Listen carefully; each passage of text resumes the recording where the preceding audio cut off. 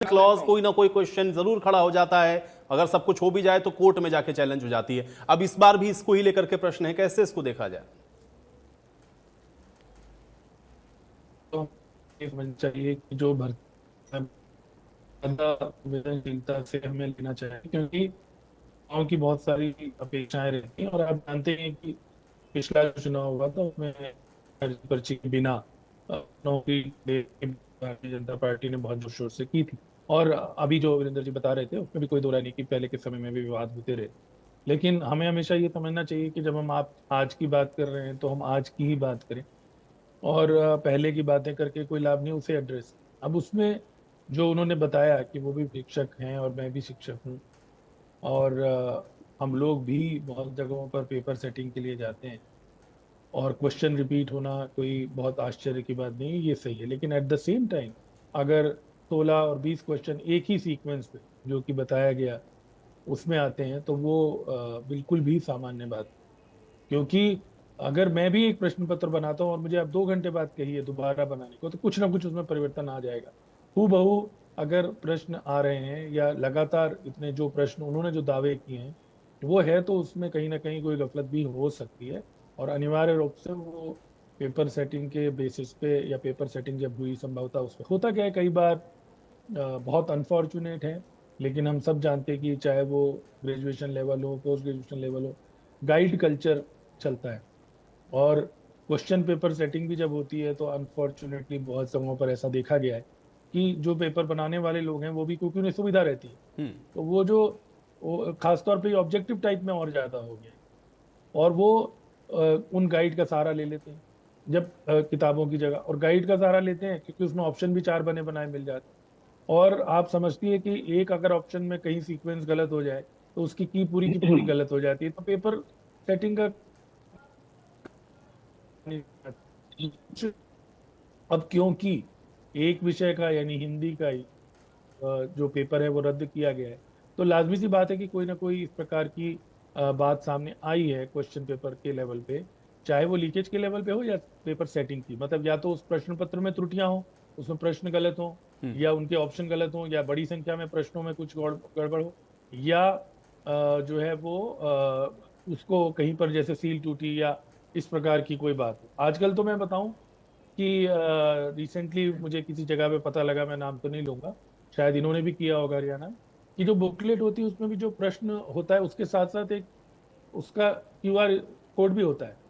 और उसका मतलब ये होता है कि अगर कोई भी फोटो खींचेगा तो वो पता लग जाता है उससे। तो कई तरह की तकनीकी के कारण आप बहुत सारी सावधानियां ले सकते हैं। आप जानते हैं जैमर आजकल लगभग सभी परीक्षाओं में लगाए जाते हैं जब परीक्षा होती है, जिससे अगर कोई किसी के पास मोबाइल है भी या कोई मदद भी करना चाहे तो वो ना चले, इंटरनेट पे सुविधा ना हो। तो ये परीक्षाओं का बहुत बड़ा हमारे यहाँ वो है। और इस तर्क से तो मैं सहमत नहीं हूँ जो रणदीप जी ने बहुत उठाया है कि बिहार से ले आए, या अगर कोई बिहार से लाए या पंजाब से लाए या कहीं से लाए, अपने देश ही है ये। तो ये कहना कि बिहार से आदमी आ गया इसलिए बिहार के क्वेश्चन आ गए, ये तो मुझे नहीं लगता कि इस तर्क में कोई इस तर्क का नहीं, कोई लेकिन तुक इसके बनता है। जरिए क्या गुरमीत जी क्योंकि आपको ऐसा लगता है, क्योंकि ये भी कहा जा रहा है कि हरियाणा के जो युवा हैं वो कहीं इससे साइडलाइन हो रहे हैं, या ये मोटिव हो सकता है कि बाहर के युवाओं को मौका नहीं दे नहीं दिया नहीं, जाए, देखिए, हरियाणा के ना ना युवाओं ना की ना ना अनदेखी ना, हो जाए? देखिए पहली बात ये कि ये पहले भी मुद्दा उठा था। अगर ये तो मैं, मुझे क्षमा करें इस बात से, शायद हमारे साथी पैनलिस्ट भी इस बात से सहमत नहीं होंगे। मुझे तो ये जब मैं सुनता हूँ तो बड़ा दुख होता है कि बिहार का आदमी आ गया या यूपी का आदमी आ गया। आफ्टर ऑल एक देश है ना। अगर अब ऐसे तो फिर सारे जिलों में सीटें बांट लीजिए, फिर उसके बाद जिलों में आगे गांव में बांट लीजिए, तहसीलों में बांट लीजिए। भाई एक मोहल्लों में प्रतियोगी बांटनी परीक्षा पड़ेंगी। है, एक प्रतियोगी परीक्षा, उसमें व्यक्ति बैठता, हाँ आप परीक्षा फेयर लें, उसमें अगर अंकों का वेटेज, कई बार ये शिकायत आ जाती है कि भाई बाकी प्रदेशों में लोगों के अंक ज्यादा आ जाते हैं, वो सब चीजें आपको निश्चित कर सकते हैं। लेकिन अल्टीमेटली एक आपको मालूम है, ये जो परीक्षा रद्द हुई है, क्योंकि हिंदी मेरा भी विषय है इसलिए मुझे इसकी ज्यादा जानकारी है, पूरे जी। देश से लोग आते हैं। वेस्ट बंगाल से कम कलकत्ता से पचासों बच्चे यहाँ एग्जाम देने आए थे। और कितना खर्चा करके, कोई परीक्षा तो कोई खर्चा तो देती नहीं है कमीशन, और उनसे फीस लेती है उल्टा।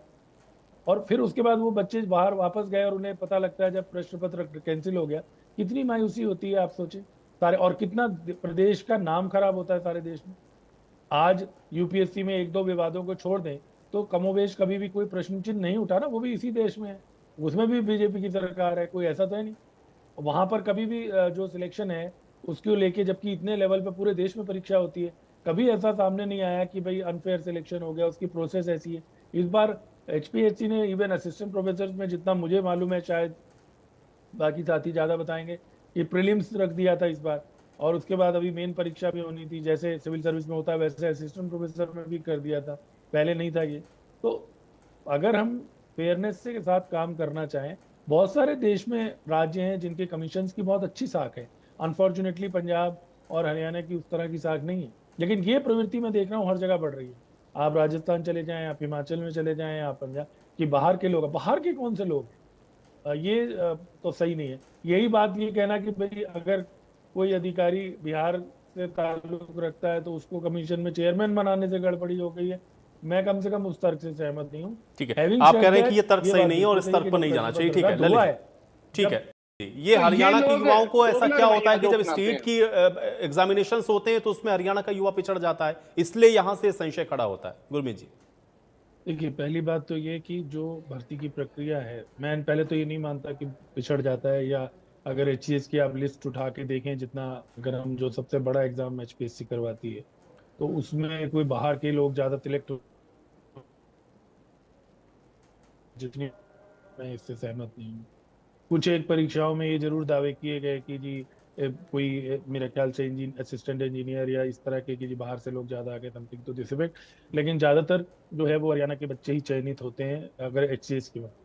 अब बात है, अभी मैंने पहले पहले आपको एक बात बता दूं कि एचपीएससी में क्या हुआ क्या नहीं हुआ। मैंने पहले ही कहा कि गड़बड़ी की बात नहीं, मैंने सिर्फ ये कहा कि हम गड़बड़ी की बात करें, केवल हम मूल की जब बात कर लेते हैं कि कोई किसी भी जगह का है, उससे नहीं है। हो सकता है कोई बाहर का व्यक्ति, पहले पचनंदा जी थे शायद, वो भी आईपीएस अधिकारी थे, रिटायर्ड, वो भी हरियाणा से उनका संबंध नहीं था, और भी लोग ऐसे रहे। तो आर के पचनंदा, अगर मैं सही हूँ तो, वो सीबीआई वगैरह में भी रहे हैं, काफी वेस्ट बंगाल काडर के अधिकारी थे। तो मेरा सिर्फ कहने का अभिप्राय ये है कि अगर कहीं कोई गलती हुई है, पहली बात तो, जितना मुझे अखबारों में मैंने पढ़ा, अभी भी कमीशन बहुत सफाई से इस बात के लिए सामने नहीं आया है कि जो परीक्षा रद्द हुई वो क्यों रद्द हुई। ये सिर्फ सूत्रों के मुताबिक, या वो कह देना कि जी कुछ खुले थे या ये थे। अगर प्रश्न पत्र में गड़बड़ी थी तो उन्हें बताना चाहिए प्रेस कॉन्फ्रेंस करके, चेयरपर्सन को, चेयरमैन को, कि भाई ये क्वेश्चन गलत थे, या जो अगर डिले हुआ या कहीं पर कॉपी लेट खुली या वट जो भी रीजन था। क्योंकि मैंने बताया कि जब कोई पेपर होता है उसमें हजारों लोग अपीयर होते हैं। यदि आप ये मान के चलिए कि मिनिमम, अगर एक सब्जेक्ट में 100 पोस्ट हैं, तो मिनिमम 50,000 60,000 तक, मेरा अगर अनुमान सही है, तो बच्चे अपीयर होते हैं। इतने ज्यादा बच्चे होते हैं, और वो सारे देश से आते हैं। अभी मैंने आपको बताया कि कोई टीएडीए नहीं देता, सरकार ना उनको कोई ठहराने के लिए वो करती, कुछ नहीं करती, वो बेचारे अपने खर्च से आते हैं। और बहुत कम उम्मीद होती है, फिर भी लोगों को लगता है कि चलो शायद कमीशन का एग्जाम है। तो सोचना चाहिए। कई राज्यों में, मैं और एक बात बता दूं, उदाहरण के लिए उत्तर प्रदेश में और कई बड़े राज्यों में सरकार भी इस दिशा में सोच सकती है कि अगर एचपीएससी के पास बहुत ज्यादा परीक्षाएं हैं, तो जो ये कॉलेज काडर, ये असिस्टेंट प्रोफेसर का मैं आपको उदाहरण बताना चाहता हूँ, तो कई राज्य सरकारों ने कॉलेज सर्विस कमीशन एक अलग बना भी रखा है कई प्रदेशों में। तो अगर मान लीजिए एचपीएससी को जो है वो इतने सारे परीक्षाएं करानी पड़ती हैं, तो इस दिशा में सरकार सोच सकती है, अगर सोचना चाहे तो, या कोई और इस प्रकार का रास्ता निकालना चाहिए। मैंने आपको बताया कि अगर क्वेश्चन पेपर सेट कई जगह एनटीए वाले या और लोग जो करवाते हैं, उसमें भी नीट का, उसमें कई प्रयोग होते हैं, क्वेश्चन बैंक होता है, जो मॉडरेशन होती है, चाल वो यही सब तो देखने के लिए होती है कि कोई गलतियां ना हो, कोई रिपीट ना हो। हमेशा एक पैनल क्वेश्चन पेपर सेट करता है, कोई एक आदमी नहीं सेट करता। मुझे एचपीएससी का सिस्टम नहीं पता, मैं आपको जो अपने अनुभव बता रहा हूँ वो बता रहा हूँ। जो ललित जी, अब वीरेंद्र जी का ये कहना है कि भाई डिफेंड करने की